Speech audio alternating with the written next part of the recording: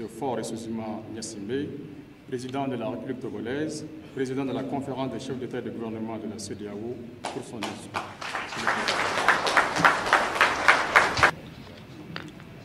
Sur cette conférence qui nous réunit en ce jour, je vais plutôt essayer de vous dire un peu ce que je ressens. Chers frères, plusieurs fois quand nous nous sommes croisés dans les différentes réunions, que ce soit à la CEDEAO, que ce soit à l'Union africaine ou à l'UEMOA, je n'ai pas manqué, comme mes autres collègues, de vous dire ma préoccupation par rapport à ce qui se passait dans le Nord Mali. Et à l'époque, nous ne pouvions qu'exprimer cette inquiétude et notre volonté d'apporter notre contribution à la recherche de la paix. Nous souffrions et nous souffrons encore de voir ce beau pays qui est riche d'une très grande histoire, de voir ces hommes et ces femmes du Mali vivre cette situation qu'aucun pays n'aimerait vivre. Et pourtant, au fond de nous-mêmes, nous savons que les Maliennes et les Maliens, avec à leur tête le président de la République du Mali, en vous-même, vous avez la possibilité de trouver une solution et de régler ce problème. C'est pour moi une conviction intime. Une conviction intime parce que dans la glorieuse histoire de votre pays, vous en avez vu d'autres. Aujourd'hui, c'est vrai, nous sommes inscrits, parfois enfermés dans des mécanismes, comme on dit, de prévention, de gestion et de règlement de crise, qui parfois sont encombrés par les défauts inhérents à toute bureaucratie, puisqu'après tout, quelle que soit l'organisation, il y a des bureaucrates qui travaillent. Et face parfois à cette lourdeur, j'ai envie de dire et de crier, parlons moins et agissons plus. J'ai envie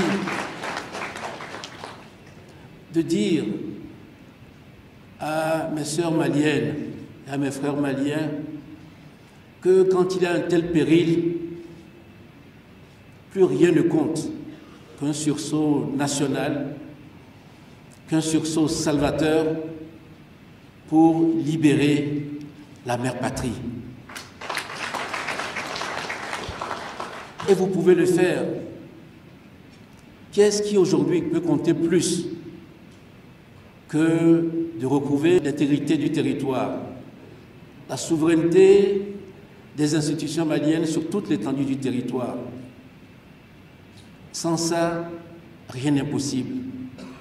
Mais avec cette solution, avec la paix recouvrée, tout devient possible. Donc tout doit passer après la libération du territoire.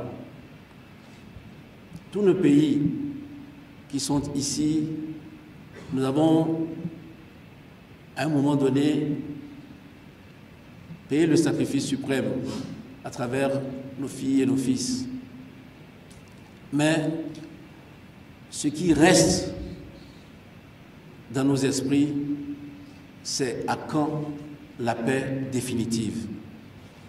Alors, j'aimerais dire que quel que soit le nombre de réunions qui seront organisées, que ce soit des sommets, des réunions d'experts, des conférences, je pense que deux conditions doivent être remplies.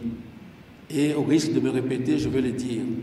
C'est d'abord l'union sacrée des Maliennes et des Maliens pour libérer la mère patrie. Et ensuite, que ceux qui viennent, nous qui venons vous aider, que nous n'ayons pas la prétention de mieux connaître votre pays et votre société que vous-même. Jamais il ne faut commettre cette arrogance, jamais il ne faut commettre cette erreur. Nous devons être respectueux du peuple malien parce que nul n'est à l'abri de ce qui arrive ici.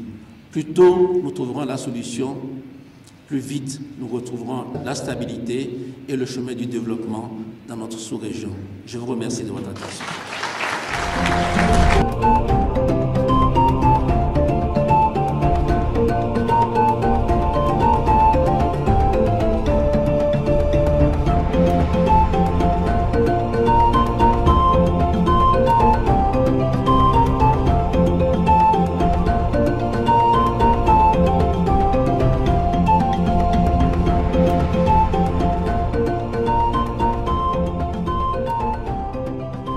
La priorité, c'est la paix et la sécurité. Et donc je pense que cet outil manquait à tout le dispositif paix et sécurité de la CEDEAO puisque nous étions dans la prévention, la gestion et le règlement. Maintenant, nous sommes plutôt dans l'alerte et l'anticipation. Donc je pense que nous sommes mieux armés maintenant pour déceler les crises, pour déceler les problèmes avant qu'ils n'arrivent. Donc ça augmente les chances de règlement en aval. Avant de continuer, je voudrais quand même féliciter le Mali d'avoir fait tout ce qu'il faut pour que ce centre soit opérationnel. L'idée que j'ai eue en suivant la démonstration qui nous a été faite, c'est peut-être de proposer à la CEDEAO que les pays qui sont désirés d'aller plus vite puissent utiliser les ressources nationales et peut-être après se faire rembourser. Tellement je vois l'utilité de cet outil. En plus, remercier les États-Unis pour avoir mis un tel outil à notre disposition. Souvent, les sommets viennent toujours après les crises. Je pense qu'avec un tel outil, au cours des sommets, nous allons pouvoir traiter des sujets, des situations fragiles qui peuvent se transformer en crise. Donc, encore une fois, je dirais, ça facilite les réponses aux crises en aval. Nous sommes tous heureux d'avoir désormais cette chance que nous n'avions pas eue par le passé de pouvoir prévenir, d'anticiper. Quand on dit dans le langage courant un homme prévenu en vaut 100 ou je ne sais pas combien, ça veut dire l'intérêt de ce système-là et sa fiabilité. Les démonstrations qui nous ont été faites là aujourd'hui, à nous désormais d'en faire bon usage. Il l'a dit, quand on est informé, on doit pouvoir prendre des dispositions et faire en sorte que la menace ne s'exécute pas, qu'elle reste menace. Et c'est bien pour ça aussi que nous aussi, nous sommes quand même interpellés pour renforcer au quotidien nos outils de défense.